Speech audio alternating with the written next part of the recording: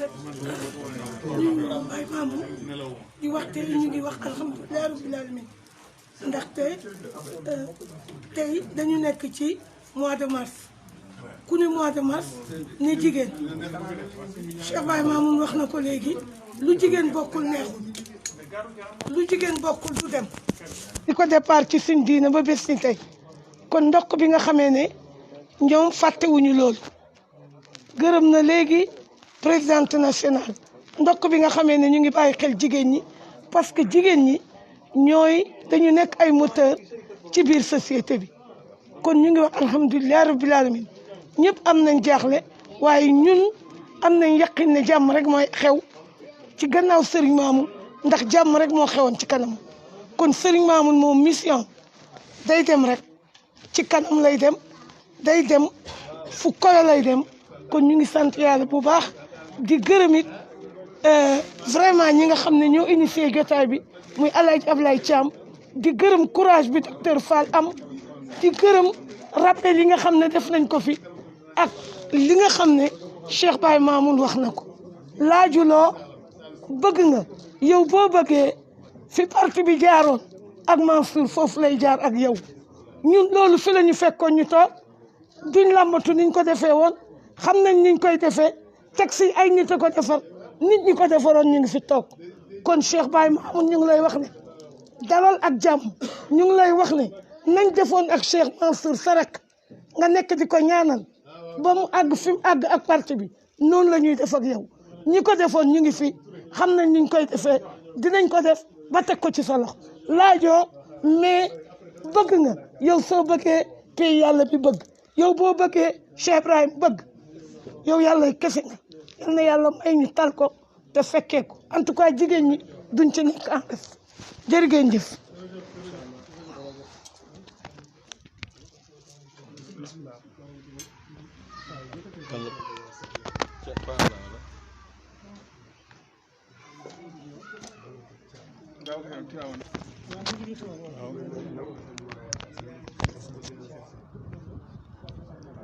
ma sol sama masque wala baax naa ni d'abord un peu en wolof et en français lay def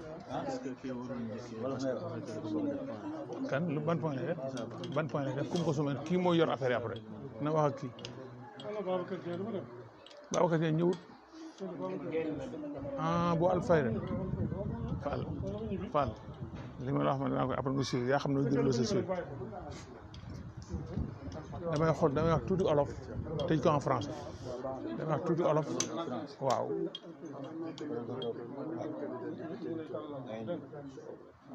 day dem demal pareegul salaam initié jataayu tey bii di samedi 27 mars 2021 ci kër Serigne Mamoun Niass ci Médina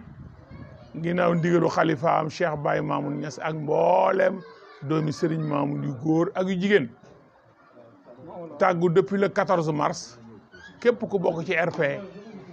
ak ku xam Serigne Mamoun ci diine ci kóllëre te ngay kilifa ñu ñaan sa teewaay mbaa sa ndaw teew ñi teew ñëw gërëm naa leen nag fu ñu mën a jóge ñi bokkoon RP ñi wax naan bàyyi nañ RP te du texte du dara ñi bëgg Serigne Mamoun ci ay jëfam daje nañ pour rokkos ñu koy saaba waxee rokkos jëfi Serigne Mamoun ci politique ak ci social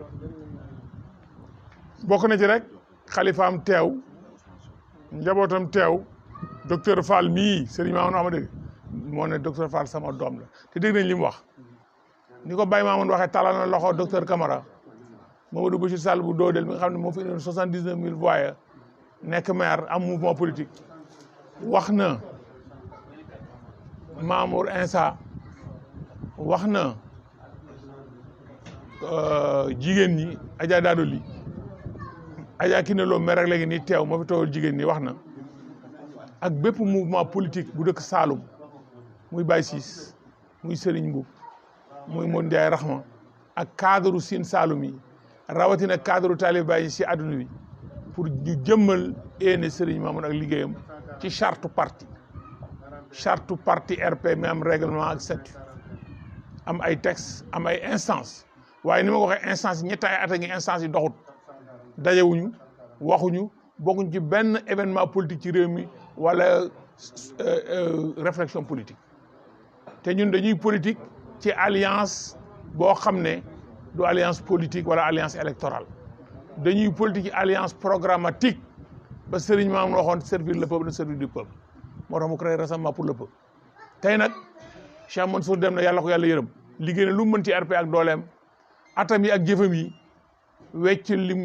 lim def moo ëpp atam yi ak jëfam yi yàlla dooli leeram waaye doom ci tànku baay ba Serigne Mamoune yàlla ko yàlla dooli leer visionnaire bu mag boobu moom wax ne Ablaye ba may politique maa ngi nekk étudiant Caire am ndigal ci baay wax na ko léegi di politique te du sëriñu palais Serigne Mamoune sëriñu askan wi la woon jegeel na ba mu askan wi tëjuwut lu moom dana ko joxe am na teggin am na yar oyof na am na ndimbal ci jullit ak ku dul jullit ci nga bokk nekk tale bàyyi mbaa nga bokk beneen kër teraangaam yi ci diine ci sëy ci njàng ci kër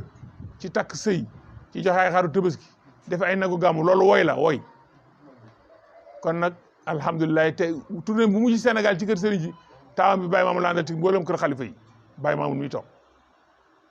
la ñu wax ca biir néeg ñoo ko fekkee waaye dénk na Baye Mamoune man day sama mujjee gisee ak moom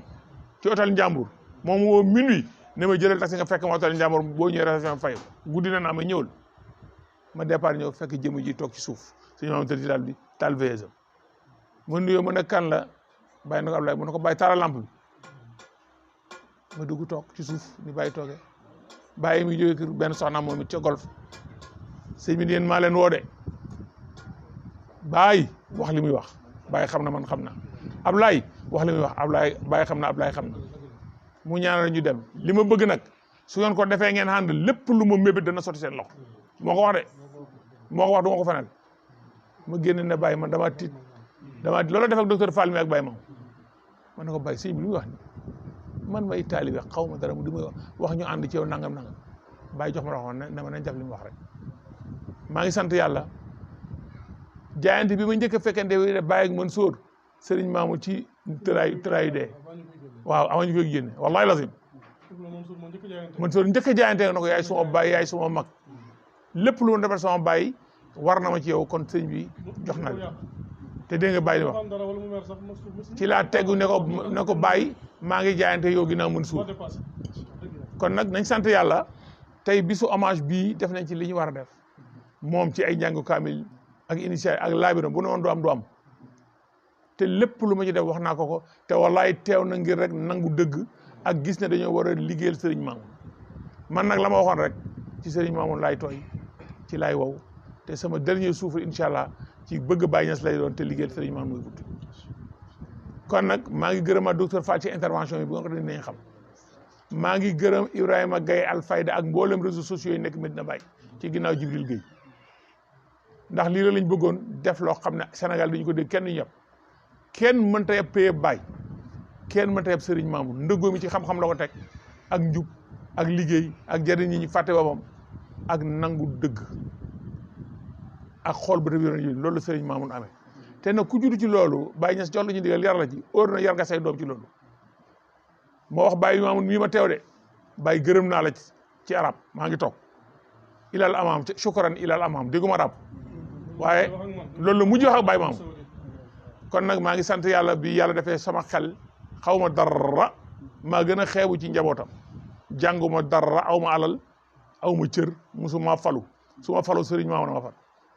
président bu ci àdduna bii mu dem fa toog na ma ci yoon Ablaye toogal waxal nangam man aussi mu ne ma maa la jox ndigal del wax maa ngi sant yàlla su ma juumee moom xëy na man maa juum waaye matal na sama kóllëre rek moom li ma jiite taliba yi 2004 ba 2011 ansaaru diin ci Dakar nekk fi de Saoudia nit ñi wax nañu ne daf maa monté wallaay tooñ nañ ko fekkewu ma nit ñee dox seen mbir sotti ñëw na ma yow dañuy jiital waaye ci inspiration am nag laa doxale ansaaru diin keroog ba ma taxawee ca congrès ba ñu doon def grande mosquée Dakar ci Afrique de l'Ouest ma ne damay ba Oustaz Baram Diop moo jël ne déedéet Ablaye Thiam doo ba li nga def ci ansaaru diin bilan baa ngi nii man xam naa ko ca bàyyi Oustaz nangam Serigne Mamoune ndeysaan pour laa xam rek mun na Ablaye toogal fii boobu coow yi bëri na wax yi bëri na jumaa ji ci bisu gàmmu ci kaw réception ñu am daje ca ngoon nga mu ne Ablaye dafay baax nit waxaat na kilifa mukk ci àdduna mu ne ma Ablaye man xam naa ne sama doom nga sama taaw nga sama njaboot xam naa sa éene waaye bugguma nga fenkoog nit ñi te du ma ko seetaan du ma ko nangu demal maa ne Amérique Serigne Mamoune moo delloo Sénégal par force ma ne ma dama bëgg nga ñib si 99 élection yi laa ñëw xaaju guddi la ma wax maag moo fekk kii néegam jóge aéroport kon Serigne Mamoune bu ñu amee xel man docteur Fall Bachir Sall ci ginnaaw Baye Mamoune docteur Camara Demet laa wax Issa Ba taalibe la mooy Ansaarudin bu Fuuta Demet kon war nañoo jeexatul Serigne Mamoune yi rokkos ko ci politique ak ci social conquête du pouvoir ca Thiès parti bi ko wax journée d'étude yi mu def Maroc def ko Gambie def ko feneen docteur Fall mi fekke na ko document yebang bi kon ñun mënuñoo créer roue bu bees te dafa dëppale ba ak jamono moom rek mooy le serviteur le premier serviteur ba am na benn ndongo loo xam ne gu gàtt taxaw ne ko man day ni nga nekk premier serviteur bëgg naa ko nekk premier serviteur waaye nag jiitu nga mu ci tur wi maa ngi toog bi mu koy wax te ñi koy xam na ko wax na ko fii am na chanteur bu mag Sénégal am wër ndombo moo créé woon ñëw na fii bi mu jaalesee ne tey nag laay lancé wu ci politique na Serigne Mamoune dem na moo ma doon jàngal moo ma doon nampal ci ay sax ak ay tegtal bis ni ki tey danaa taxaw politique ba na dégg nekk na ministre de la culture fii kon nag Serigne Mamoune mii yàlla yoo ko leeram Baye Mamoune responsabilité bi nga jël ñun ñëpp nañ laa saay topp sa ginnaaw jiite woo da ngaa bëgg li sa bàyyi baax nga dono ko jiite xalifaam say raka topp la njabootam topp la njabootu dara njabootu roo mu dox jëm ca kanam wax nga ko fii laajoo dërëm da nga diisoog nit ñi da nga leen juutal da nga leen fal waaye xam naa ne man ragaloo buur soxloo dara ci buur bàyyi ñes nga bëgg am nga fit am nga xam-xam am nga xabul nit ñi bëgg nañ la am nga ittee gàmmu yeeg conférence yi doo laaj benn dërëm te sa bàyyi la ko waxoon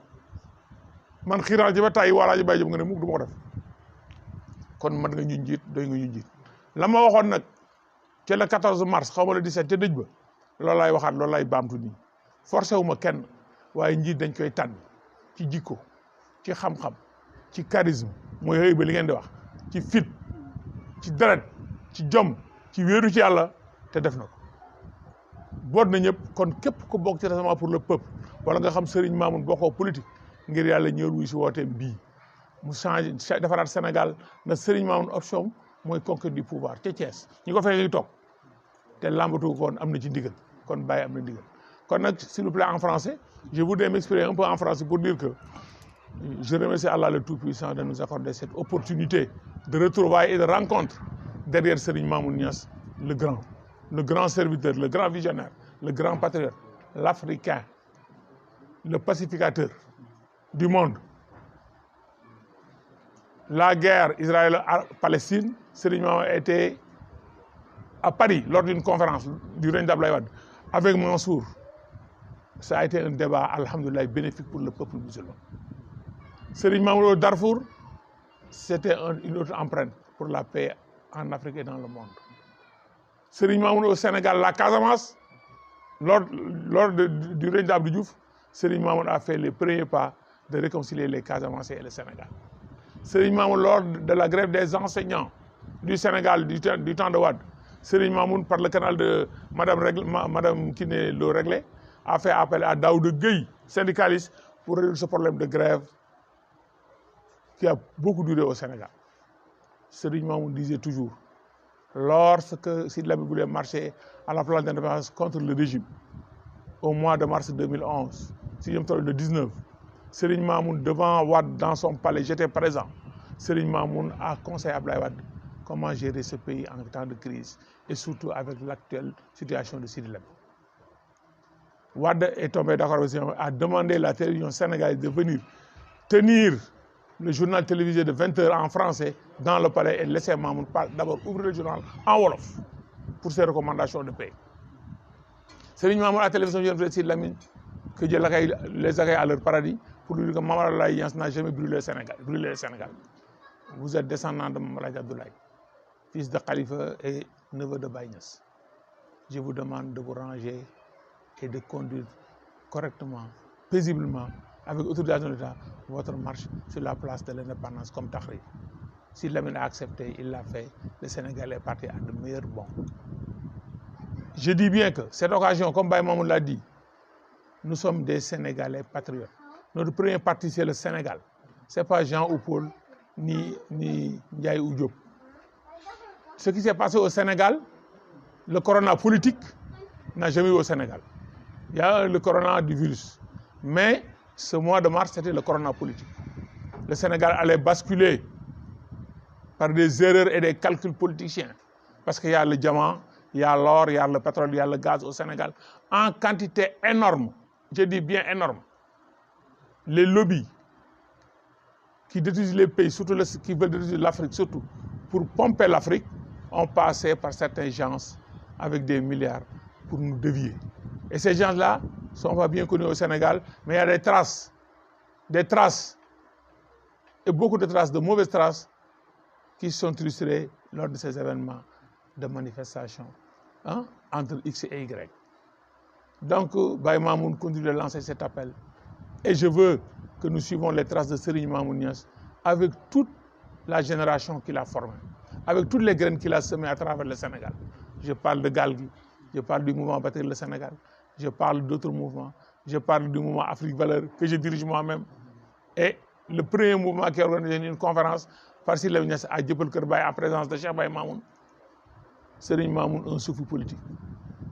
exemple de citoyenneté. Donc, on se retrouve aujourd'hui avec tous les autres mouvements, avec tous les frères, ses sœurs, ses sympathisants pour servir le Sénégal et nous se servir du Sénégal. Donc, alhamdoulilah, je remercie encore tous les camarades de parti, les frères et sœurs du RP, que j'ai téléphoné, que j'ai saisi, que j'ai contacté, en commençant par le respect de la hiérarchie. Voilà 3 semaines. Tous les 14 régions. Alhamdoulilah, il y a eu des amalgames en dernier jour pour croire qu'Abdoulaye Thiam invite cette rencontre pour dresser un bureau politique. Je suis membre du parti. Je ne renoncerai jamais au RP que j'ai fondé. On ne tue pas son enfant. Mais je serai le gardien du temps. Poste ou sans poste, pour que la RP aille de l'avant. Et Serigne m'a soufflé sur mes oreilles que deviendra le RP dans le Sénégal. Peut-être avec d'autres. Et j'en connais quelque chose. Cheikh Baye, nous vous remercions vivement. Nous vous accompagnerons. Nous prions pour vous. Que votre appel soit entendu par tous et par toutes. Que Dieu vous garde. Que Dieu garde la famille de Cheikh Mamoun. Que Dieu perpétue les actions de Serigne Mamoun, les actions sociales, les actions politiques. Ce n'est pas l'argent. Serigne Mamoun disait, je n'attends pas avoir de l'argent pour faire de la générosité. Je dépends de Dieu. Ici, même assis, si vous voyez les réseaux sociaux, il a dit, hier j'avais 10 millions à cette heure-ci avec moi. Je me suis réveillé, je n'ai aucun franc. J'ai tout distribué pour aider les gens. Alors, et je sais, cette journaliste est parmi ses enfants. Mounsour l'avait, discret, généreux, pieux, courageux, mobile. Mais Baye Mamoun aussi a cette générosité. Que Dieu le garde et nous garde ensemble.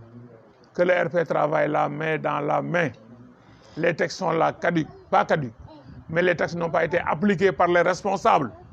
de quelque localité que ce soit, avec quelques exceptions près que je connais comme Issaba. Alors, qu'on se retrouve, qu'on parle honnêtement, qu'on soit sérieux, qu'on ne soit pas des responsables de bureau ou de cachette, ou de papier ou de presse.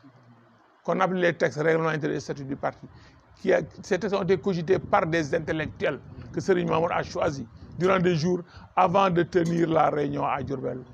au mois de mars. Assalamu alaikum wa rahmatullah. Yàlla yàlla fay la bàyyi ñun ñoo lay gërëm bàyyi boo ñu rusoon ñoom gàcce billaahi boo taxuloon Serigne Mamoun kenn mënu ko fay kenn mënu ko fay